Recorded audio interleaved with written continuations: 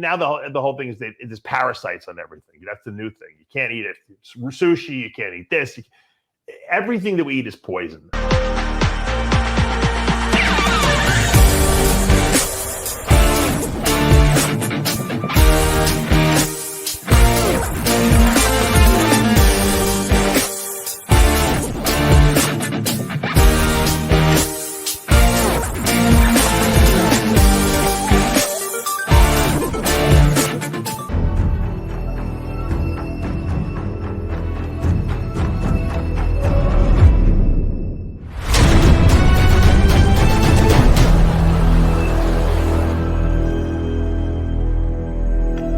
I created Species Nutrition with one mission in mind: to provide bodybuilders and serious athletes with no-nonsense supplements that work. I put my name and reputation on every bottle of Species Nutrition products. If you want to be your absolute best, join the evolution.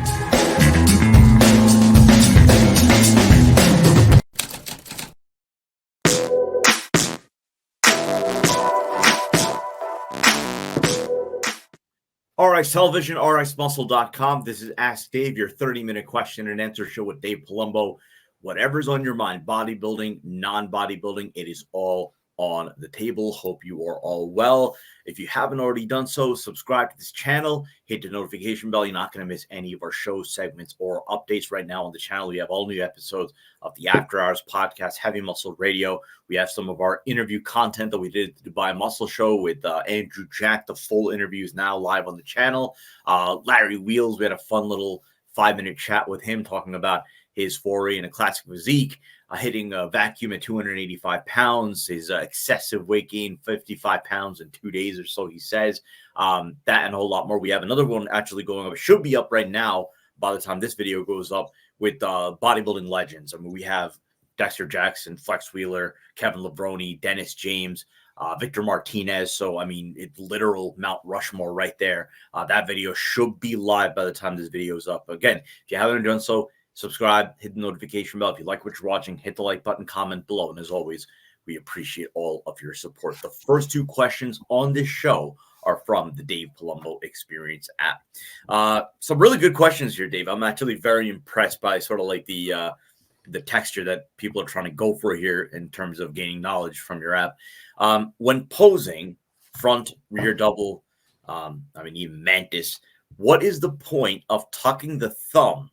Or is it just a matter of personal preference? I see everyone do it. Also, that's I guess the first part of the question. The second part is, how often do you recommend practicing your posing to build your overall stamina? As much as you possibly can do it. There's no such thing as practicing your posing too much.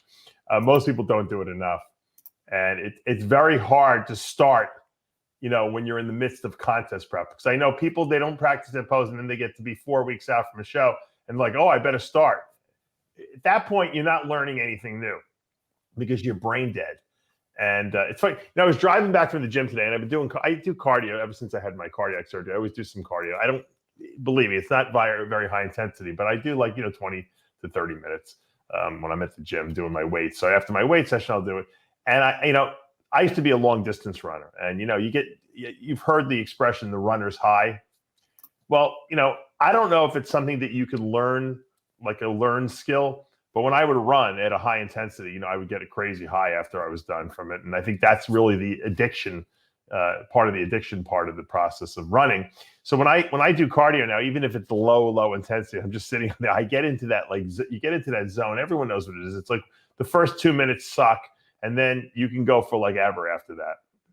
And I'm wondering if there's a way to test people, because, I'm driving home. I'm like, I actually feel like I'm high as a kite, in the car driving. I wonder if there's how they have a DWI type of thing. I wonder if it's that, if you're actually impaired, because after doing cardio to jump right into an automobile and drive, because you get into that, like I said, that zone. The reason I mention this is because you need to get to that point in your posing too, when you practice, where you can pose forever. And you've seen guys up there. I've seen guys on stage, they can go they can pose for 2 hours if the judges kept them up there. Other guys, after 30 seconds, are gassing out.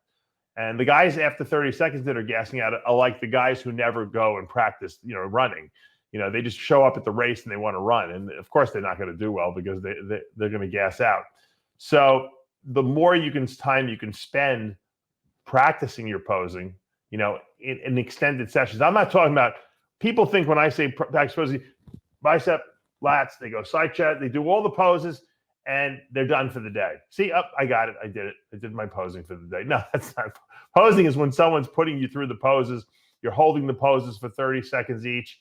You're staying at that standing relaxed, position, even in between the poses. And it's like a continuous type of thing for 30 minutes, a day, or 45 minutes a day. Posing to the point where you hate it. I used to scream. I had a posing coach for a while, and I'd be like screaming. I'm like, John, I cannot do this anymore. I'm not. He's like, you're going to make that excuse up on stage? You're going to say, oh, I don't want to do this anymore? Keep going. And, he was right. And eventually you get to a point where it doesn't hurt anymore. And it doesn't feel like you don't get winded from it. That's what you should do. And that's what you should, build up to. So, and if you don't know how to pose very well, you should work on it in the off season, learn the poses. And then, pre-contest, obviously you can build up your how much time you spend posing so that you get the endurance. Now, as far as the thumb and the fist, when you hit a front double bicep, a lot of people, when you make a fist to punch someone, your thumb is outside the fist. But when you're hitting a double bicep, in bodybuilding, you put the thumb inside the fist like that. Okay. Because number one, it doesn't look, you don't want fingers all over. You want it to look clean. Number two, when you put this thumb like this, you're flexing the forearm muscle here. So you're getting a better flex on the forearm muscle when you do that. So that's just, I don't know. I was always taught that way. Bob Grushkin teaches all his guys that way. It's cleaner looking and it's a better, same way. A lot of guys, when they hit the front double bicep, they turn their hand forward almost. You want to turn your hand back because that flexes this bicep and makes it peak more so. And these are just little nuances that you have to, that you learn. If you don't have someone who's teaching you these little nuances, then they're not a good posing coach. And, there are really people who really understand posing well. It's usually the people that had a hard time posing on stage like I did. So I had to learn all the techniques and all the little mental cues. But, I don't have time to be, teaching people posing all day long, but there are good coaches out there. Kenny Wallach's really good. And Sheila Black, I send a lot of people to Chris Cormier. These people know how to pose and know all these little techniques. And it's a good idea if you don't have someone locally who can help you to maybe go online and do some online posing with people. Second question. Again, these questions are from the Dave Palumbo Experience app. Equipoise myths and misconceptions. And then he calls you Super Dave.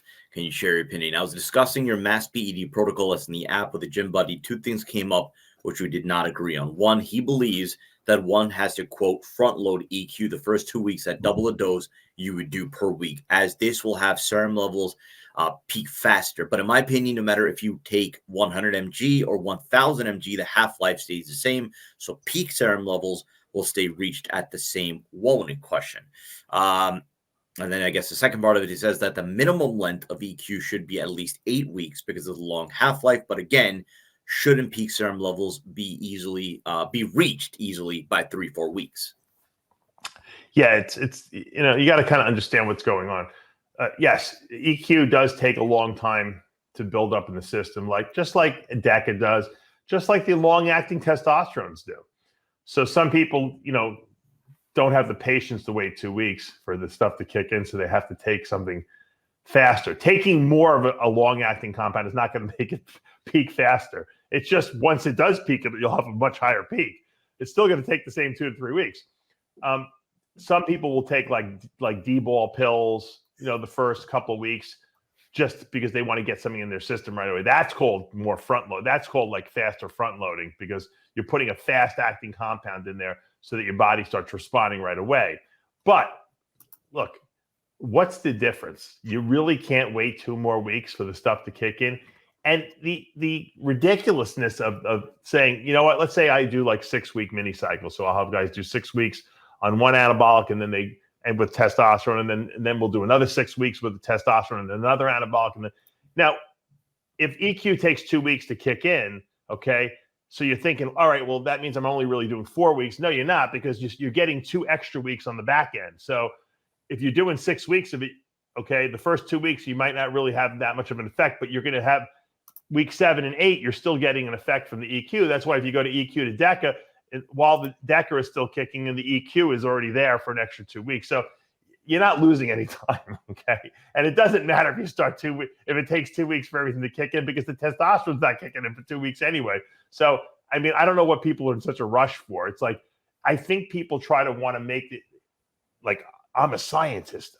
I understand this stuff is long acting. So we're going to trick the body. We're going to get something fast acting in there right away. Who cares? Who cares? You want everything to kind of crescendo together. So the testosterone, the EQ, or the testosterone, the DECA, or the testosterone, the tren and anthate, whatever you happen to be taking. Most people use long-acting esters in the off season for a couple of reasons. Number one, you get better blood levels once they are reached. Number two, they're less toxic. The longer-acting compounds that stay in your system longer don't require the liver to break them down as fast. So they have much, much less toxicity. So you get better, more sustained blood levels, so you get better growth, and then you get obviously less toxicity, so you can stay on them longer. And that's why people do that. So, I mean, if you're doing like a 6-month cycle, off-season cycle, does it really matter if you start 2 weeks later, if it takes 2 weeks to get it? People just get a little ridiculous. But I think people want to pretend that they're like these, very sophisticated scientists, and they can solve all these problems that really don't exist, but they make them out to be like, well, that guy doesn't know what he's talking about, because I know. I'm going to give you this stuff to make this work faster, and then we're going to add it. We're going to make it long laster, because we don't want to lose the extra 2 weeks. And there's no magic here, guys. Take the stuff, let it kick in, and grow. That's the bottom line. Just forget about it. Once you start taking anabolics, don't just. It's like you take a pre-workout in the gym, and you feel it in 5-10 minutes. What does it feel like? Well, you feel mentally alert. You get pumped. You get the endurance thing going on. The nootropics are working on your brain. Steroids don't work like that. Even the fastest acting steroid, which are the orals, you don't really feel when you take them, because they're hormones. They're very in the background type of stuff. They're not stimulants. They're not like, boom, they're not going to hit you like that. You might have a good workout when you're on them, but you're never going to just feel them. That's not how anabolic steroids work. And they don't. I mean, insulin can hit you pretty fast, if it pushes a lot of, blood sugar into your muscles and you get a pump. But steroidal compounds are just by nature slow acting. Let's go to our Facebook and Instagram questions. Again, if you're not already following us on Instagram, official_RX Muscle. On Facebook, just type in RX Muscle. Socrates Lopez. As I start approaching single digits body fat, I've noticed that I've been getting brain fog more and more frequently. It's the first time that I'm pushing my body to this extreme.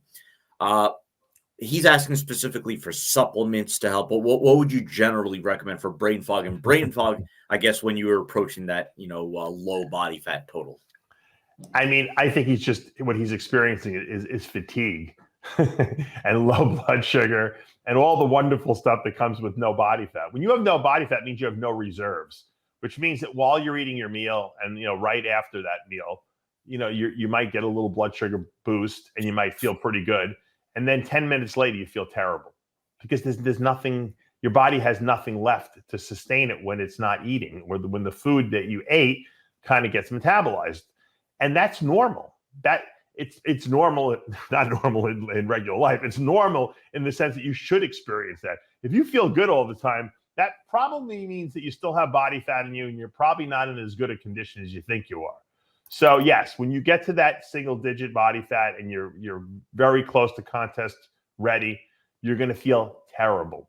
The best way I can explain it was, I remember I would, the last couple of weeks before a show, 2 weeks or so, I couldn't even sleep. I couldn't sit down. My glutes were so lean. It hurt to actually sit on a chair that had any kind of hardness to it. Like a couch would be fine. And even then, I just felt like my skin was crawling. I couldn't relax, and that comes with the fact that you're in the best shape of your life.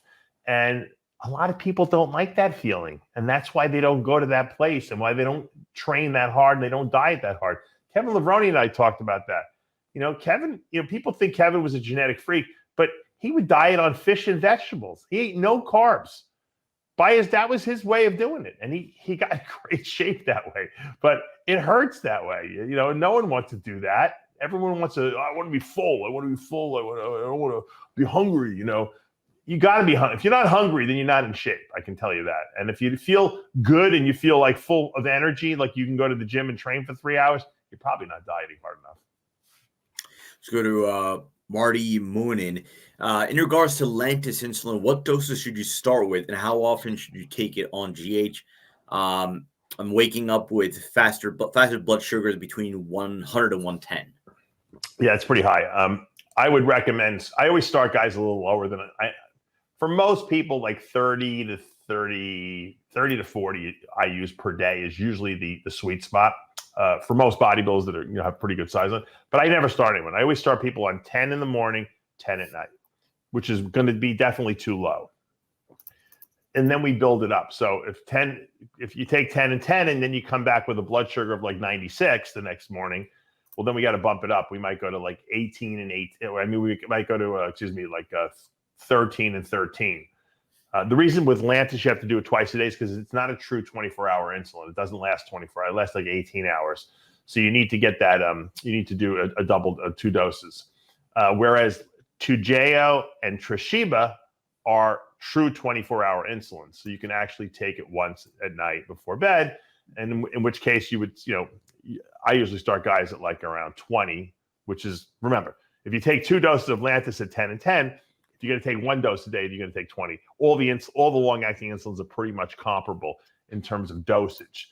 So if you did like I said, Tresiba, you would take 20 units at night and then see what your blood sugars are in the morning. If they're still coming back at 95, 94, then you got to go to 25 units at night. Or if you're splitting it up, you'd go like 15 and 15 or something like that.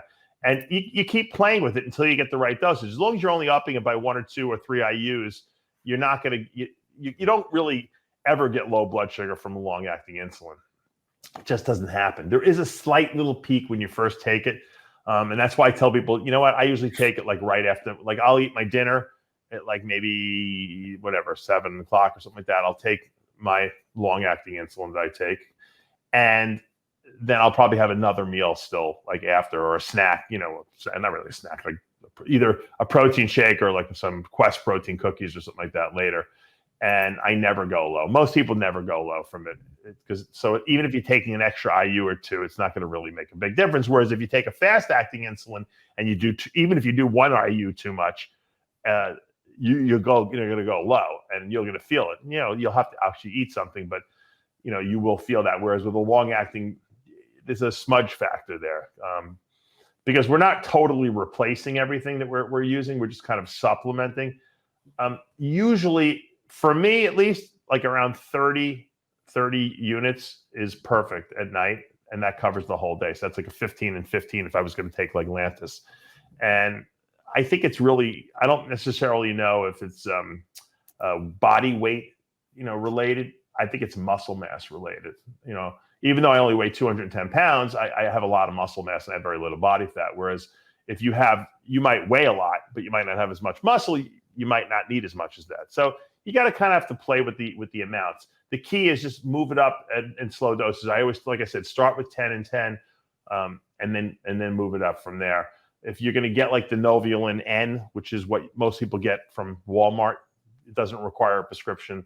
If you live in the United States, it's like $25 a bottle. I mean, if you don't have a prescription or access to the other ones, it's not the best insulin, but it's fine because it's not like you're a type 1 diabetic, replacing. You're just kind of supplementing your body. And that seems to work fine too. Same dosages. Just bump it up a little at a time. Let's go to, sticking to the insulin topic. This one's from Amar Naji. Best supplements to reduce insulin resistance. I've said this before, and I'll give you 2 answers. The answer for the bodybuilder is most bodybuilders are not insulin resistant. Okay, and why is that? And I've said this before, but it's worth repeating because I think it's important. Insulin resistance is usually seen in fat people. Okay, it's usually seen in people who don't exercise and people who don't eat well. Bodybuilders don't check any of those boxes. We exercise, we eat really clean, we eat good foods, we take nutritional supplements.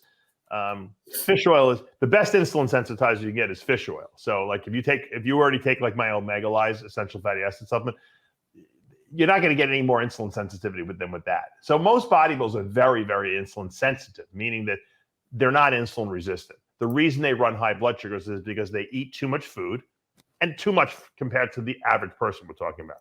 Okay. And I'm not saying that too much, it might be the right amount for their bodies, but what normal person eats 6 or 8 times a day? They just don't do it. So the insulin requirements our bodies have are much higher. So we're putting a bigger demand on our body for the insulin. Add growth hormone on top of that, which acts antagonistically to insulin. So it means your body has to produce even more insulin now. We have an insulin production problem. And you don't see it in the young guys as much, or young girls as much as you see it in older people. As you get over like age 35, I always say after 35, it's all downhill. After 35, that's when you start seeing the higher blood sugars in a lot of people, because that's when insulin production is kind of starts declining a little bit in your body. Most older people have insulin, production problems, but they don't treat it. They give you like oral medications, which is stupid, because if you don't produce enough insulin and you're just giving someone a drug that's going to force their body to try to produce more, or you're not really solving the problem. If anything, you're exacerbating the problem, because you're burning out the pancreas even more. So we want to alleviate that problem. Now, there are people out there who are, like I said, are overweight. They weigh too much. They have a lot of body fat in their body and low muscle mass. And that's the perfect, and then they have a genetic component on top of that. So that's the perfect scenario to be insulin resistant, meaning that you don't respond to your own insulin very well. And in those people, weight loss, the addition of a good essential fatty acid supplement really helps a lot. Very few people nowadays, if you take a multivitamin, are chromium deficient. Chromium used to be a big reason. Chromium deficiency back in the 80s would lead to insulin resistance, because if you don't have chromium present, insulin doesn't work. It's like a cofactor. So if you didn't have enough chromium and the insulin's not working, your body's going to think it's not producing enough insulin, so it produces excess insulin, and that can cause you to gain weight and get fat. So that's not really an issue, because they put chromium in everything now. Like I said, if you're taking a good quality multivitamin, you'll see chromium picolinate or polynicotinate, one of the chelated chromiums in there. So that's not really an issue. But like if your mother, goes to the doctor and they say, oh, she's insulin, she's got high blood sugar, she might be insulin resistant. But you put them on a good diet, high protein, lower carbs, get those carbs low, get rid of the sugars, add in the essential fatty acids, and that usually cures their problem, because they're not overeaters. They just don't respond to their own insulin well. And because of that, their bodies are over releasing insulin, and then they're getting fat from it. So two different problems. Bodybuilders do not have an insulin resistance problem. And I know we think we all do. And it's funny, because I see so many people come to me and ask me questions, because I get emails all day long from people saying, all right, Dave, I listened to you. I went and got a blood sugar monitor at Walmart for $10, and I've been testing my blood sugars.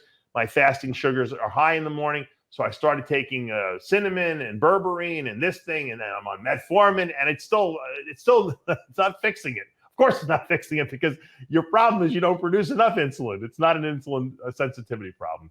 And even if you can get it down a little bit using those other techniques, you're not solving the problem. Your pancreas is under stress, and eventually it will burn out, and your blood sugars will go back up again. So you need to accept this fact. Look, if you're already taking anabolic steroids and growth hormone, what's the difference? You might as well at least negate or counteract some of these side effects by taking a long-acting insulin. It's the best thing you can do health-wise for your body. Let's go to Isa. The reason for not getting shredded glutes and hamstrings, even though cardio's on point, dropped down to less than 1,000 kcal a day. In your opinion, why is it, or what are the factors as far as why somebody is just struggling to get shredded glutes and hamstrings? Right. Well, there's two reasons that I've experienced in my 30 years of plus coaching. One is that people are not dieting correctly, and they think they're leaner than they really are, and they're not, and they have body fat. That's the delusional, person. And believe me, I see it a lot. I mean, and I see people that are so shredded on the front of their body and their upper back that you would think that they're obviously doing something right? How come they're not getting glutes? It could be that they're just not suffering in the right direction, okay? Which means they're depriving their body of something and their body is holding on to that fat. It could be that they're not eating enough essential fats in their diet. That's a big one, especially with women. If women don't eat enough fat in their diet, they'll never lose the fat on their glutes and thighs and hamstring area. It just doesn't go away. It's like their bodies hoard it because of the whole child rearing evolutionary mechanism that's going on there. But if you put the fat in their diet and you just lower their carbs down, they will get lean back there. That's one thing. The other situation that I've encountered, and I know Chris Cito and I talk about this all the time. Sometimes people just don't have enough muscle back there. And when you diet them down, what's happening is you just see like a looseness back there in the glute and sometimes into the hamstring area because there's a lack of muscle there. So there's no fat there, but it's like a fold of loose skin.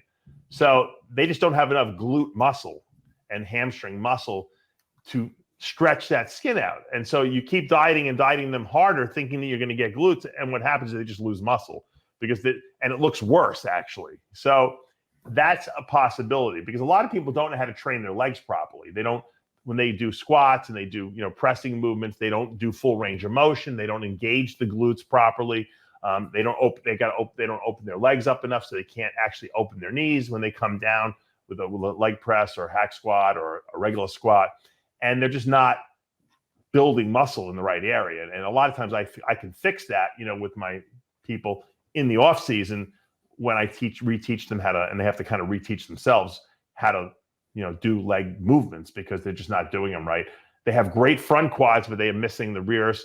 And a lot of times that could be because they have very flat feet and they can't push from their heels when they're doing any kind of pressing or squat movement, in which case they're just kind of falling forward. And so they're engaging all the front quad muscles, but they're not engaging the stuff in the back. And that can be fixed with customized orthotics that they can get in the local podiatrist or chiropractor. And I've fixed a lot of guys and women's legs using that technique as well. So there's a lot of different reasons why you got to kind of look at it on an individual basis and see, is it diet? Am I not suffering enough or suffering in the right direction? Am I not getting the right essential nutrients for my body? And is my body fighting me? Or am I just lacking muscle back there? And it could be either one of those, but that's usually the two reasons. Let's go to pipes. What do you know about the, quote, mercury-based diuretic drinks that guys in the 90s were using to get shredded? Ron Partlow and Dusty Hanshaw were talking about it on the podcast. I wasn't aware that mercury could be used as a diuretic. This is apparently, I don't know if it's true or not, but apparently the secret drink that Chad Nichols uses for his guys. Mercury-based diuretic? Yeah, that's apparently what I guess guys in the 90s took it, and that's what Chad Nichols is giving to his guys. I don't know if you know anything about that or if mercury has any diuretic. I'm trying to think of which diuretics those would be. Yeah, I'm trying to do a little quick look myself, but any example of a mercurial diuretic? I mean, I'm looking at them. I never heard of these things, so I don't. I mean, it must be a real old school type of diuretic that they use. It doesn't seem like anything that would be mercury-based would be something I would want to put into my body, though, Sid. So I would imagine that they probably are not very good for you. I don't think that's what Chad Nichols. I think everyone always was trying to figure out what Chad Nichols was using. And, when they were diuretic testing in the IFBB, what happened was they gave out a list. This is what we're testing for. We're testing for diazide, Lasix, aldactone. They gave the list of all the things. And then what the smart coaches did, people like Chad and me, and was go through all the diuretics that are available and see which ones were not on the list.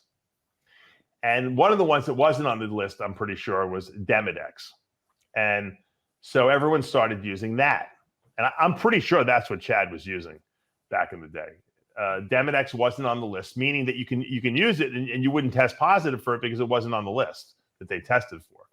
So that's where that diuretic, it was very powerful. It was like a loop diuretic. It was like, it's like Lasix in a sense. And it wouldn't be my first choice for a diuretic for anyone, because it is too powerful. But if it's the only thing you can use and you're not going to get caught, and they were fining these guys money for failing the diuretic test. That's what people started using. And I think once they realized that no one was adhering to their part, everyone was still using diuretics. They didn't understand why or how. They just stopped testing after a while. But that was at least what I was using with my clients at the time, who were competing in the IFBB. We were using Demodex, and that worked fine. We're getting a lot of people either commenting or actually DMing us about getting Gregg Valentino a new car. Now, I guess this is kind of taken on a life of itself. If you haven't seen yesterday's episode of After Hours, I guess a conversation came up about crowdsourcing a new car for Gregg Valentino, that whatever he's driving is apparently very old and really to the point of just not being safe anymore. So you were actually we have one person that, I'm not joking, message us that, look, if you raise enough money, I'm very well connected in the car space. I can get him a really great deal, so on and so forth. And somebody even messaged commented on the Ask Dave thread about all we need is basically $50 to $100. Get enough of us. These guys giving us a decade of laughs, so whatever. So let's get Gregg a new car. So this might actually become a thing. This might actually take on a life of its own. Might have a hashtag. We might have to make a hashtag for that. Exactly. There you go. I talked to Gregg's girlfriend yesterday briefly, and I said I would not set up the GoFundMe unless Gregg gave me the go ahead. Of course, yeah. And because she asked me, because she's all for it, but I don't. Gregg is very proud, and I said, Gregg, everyone loves you. This is not like, it's just helping you out. It's like paying your bills for all the the entertainment you give people.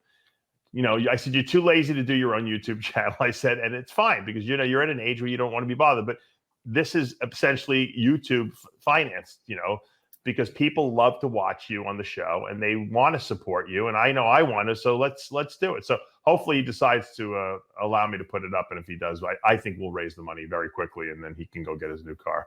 And if we have people who have connections around him that can help him out, that would be great to point him in the right direction. We'd love that. We really do have the best community, man. We have we have something for everyone within the RX Muscle community. So it's really, really cool. Where was there's a question about oats? All right, here we go. Yeah, from Durant Stewart. The only carbs I eat are oats, and I've recently heard about a lot of the quote hidden chemicals in them, and I'm wondering what your thoughts are regarding this. Is it something to worry about? I mean, he says he only eats 40 grams per day, but have you ever heard of, I guess, oats that people are eating, and I guess hidden chemicals that may be mixed in? Yeah, I mean, I don't know about specific chemicals, but look, anything that grows in the ground, okay, is going to contain stuff, okay?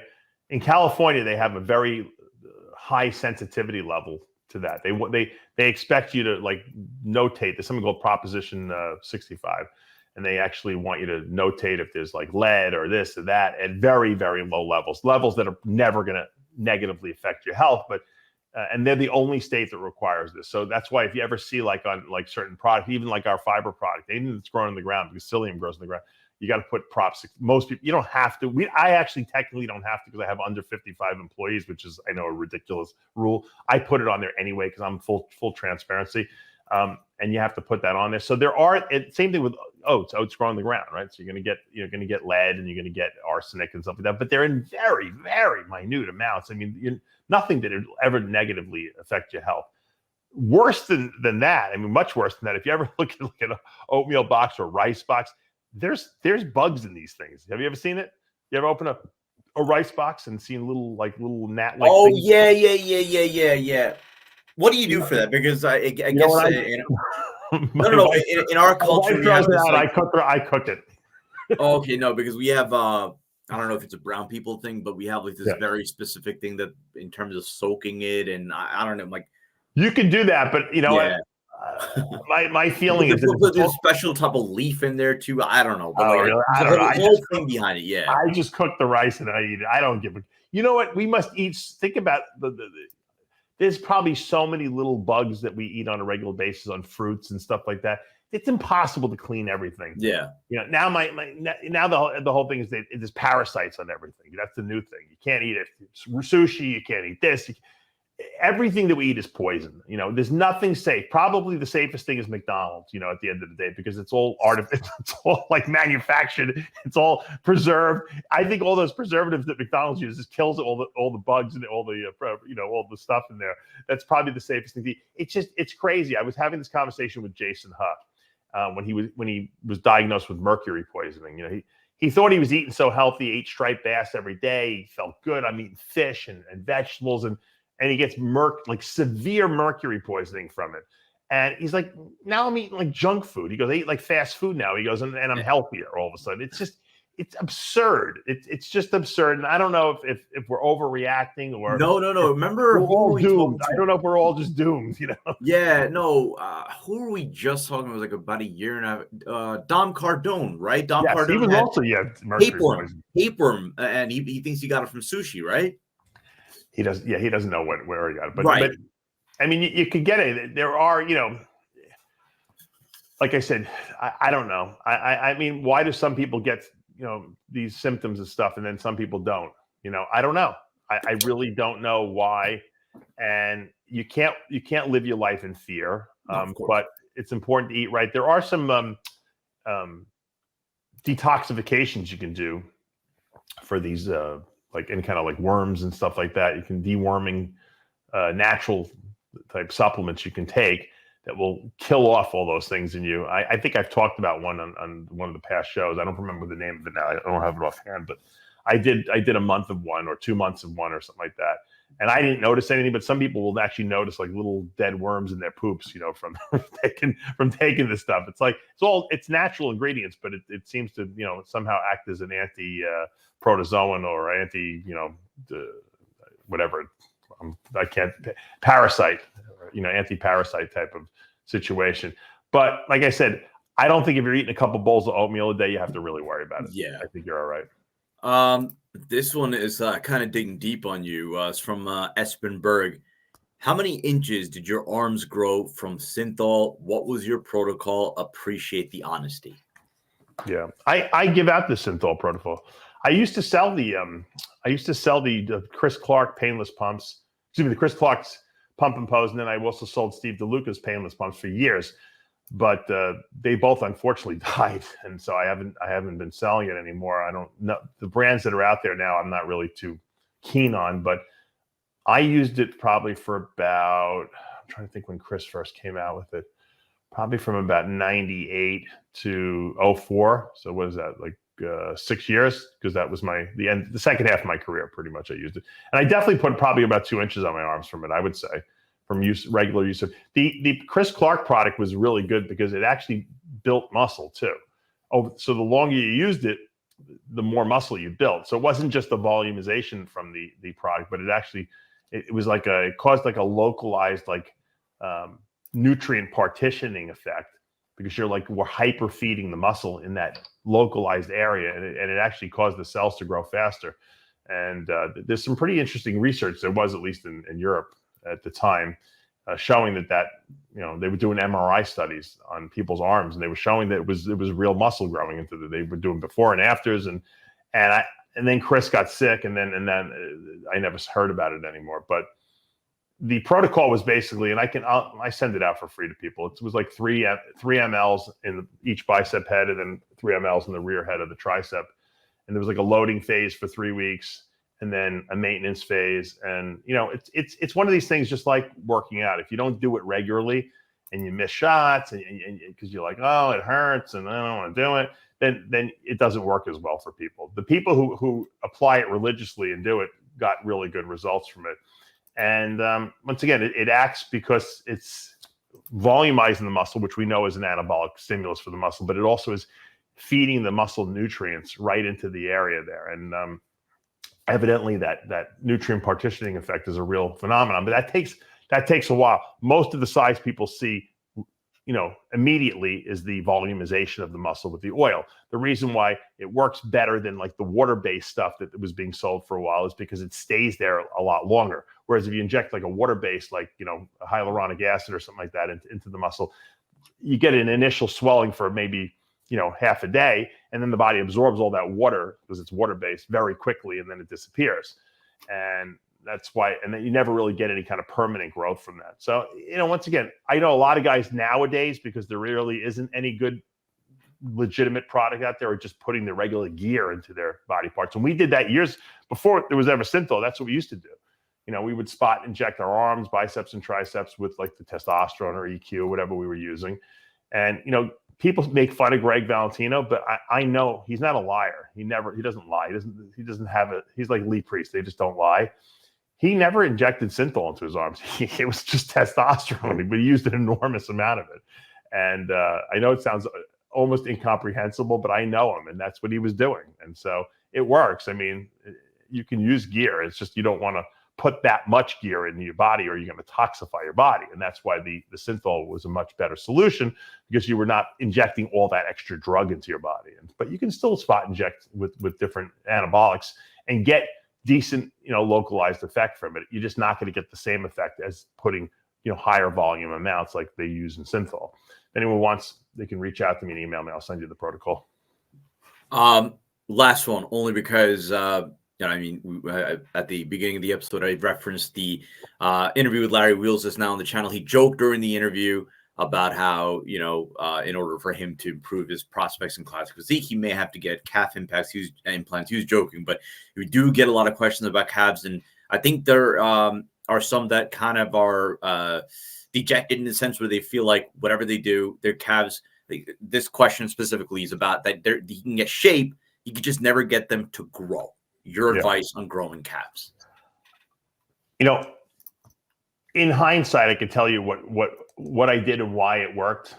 I didn't really know why it worked when I originally did it, but I decided that when I do calves, I for some reason, after 2 sets or 3 sets of calves, the bottom of my feet would hurt more so than my calves actually hurt. It was like I wasn't training calves anymore. It was like my feet were fatiguing. It's kind of like, how like when you do back, sometimes your forearms give out if you don't use straps before your back actually gives out. Well, that's what was happening to me. I said, so my first warm-up sets were my best sets. And then after that, I didn't really get anything from calves. I said, you know what? I know this sounds ridiculous, but I'm not warming up my calves anymore. I'm just going to go. I know what weight I can do the most weight with good form, full range of motion, and where I can get 15 reps. And that's what I'm going to do. I'm going to do 1 set of seated calves. I'm going to do 1 set of standing calves. I've give you this protocol before. And that's what I would do. I would go into the gym. I would seated leg press. I used to do 3 45-pound plates on the thing. I would put them on there, and I'd go right to my heaviest set. I'd crank out 15 reps with it, which would feel great in my calves. My feet really didn't hurt that first set. Then I would go to the, standing calf raise, or I'd get on a leg press and do the, straight leg, presses, calf presses. And I would do another 15 reps of the heaviest weight what I can use with good form. And I would do that twice a week. So I literally did 2 sets twice a week, and my calves grew like crazy. And people are like, holy, your calves look really good. What are you doing? And that's what I did. So I surmised, looking back all these years now, that the reason why my calves weren't growing initially was because I wasn't really using my calves, because my feet I was basically flexing the bottom of my feet. And then now that years later, obviously, I had an ankle fusion, I found out that my feet are so flat that I have there's no support. In other words, the reason why you have flat feet is because you don't have any support to create that arch. So when I was doing calves, I really I had no help. My foot was just flat, and I was straining the bottom of my foot more so than my calf muscle. So I kind of fixed the problem just by, empirically looking at what the problem was and doing it, but I didn't realize why I was fixing the problem. And I think there's a lot of people out there that have the same problem. And I wear orthotics, so the orthotics didn't help. It was just that my foot, because has no support on the bottom, because the arch is completely flat and there's no structures that support my ankle. I mean, my foot. I just I couldn't flex my calves properly. It's like a person who does bicep curls with a barbell and doesn't feel it, but they keep doing the exercise and they're like, I don't know why my arms aren't growing. Well, you're not even feeling it in your arms. That's why I switched to cables, and all of a sudden I started growing my arms. So if something's not working, you're doing something wrong, because obviously other people's calves grow and the rest of your body is growing. It can't just be that you have stubborn calves and they won't grow. It's just that you're not stimulating them properly. And so, whether my solution will help you or not, you can give it a shot. But that's, the problem. Now, so years later, now I'm 50 something years old, and all of a sudden I start getting ankle pain. So I go to the doctor, they x-ray my ankle, and they say, you're basically walking around with a dislocated ankle. I'm like, what do you mean? They're like, well, the bones on your bottom of your feet are completely, your foot is so flat that they actually went below flat. I'm like the opposite direction. So they collapsed my foot bones, probably just from wear and tear over the years. And I think that's the leg I also have the torn quad on. So I'm probably putting a higher demand on that foot. And so they had to go in there and they fused the foot bones and put my ankle back in place. And while they did that, they compromised the blood supply to my ankle bone, my talus, and which resulted in them having to do an ankle fusion. So the first surgery caused the second surgery, and that's where I'm at now. But hopefully it doesn't happen to my other foot. But the point is that all these things that make sense now, when you put it together like Sherlock Holmes would put together, and I understand what happened, but I solved the problem by not doing the same thing over and over again, expecting a different result, which we know is the definition of insanity, right? If something's not working for you, figure out what you did. My solution might help you. It might be exactly what you need. Give it a shot and let me know how it works out. But I know a lot of people have listened to me and have gotten good results from that.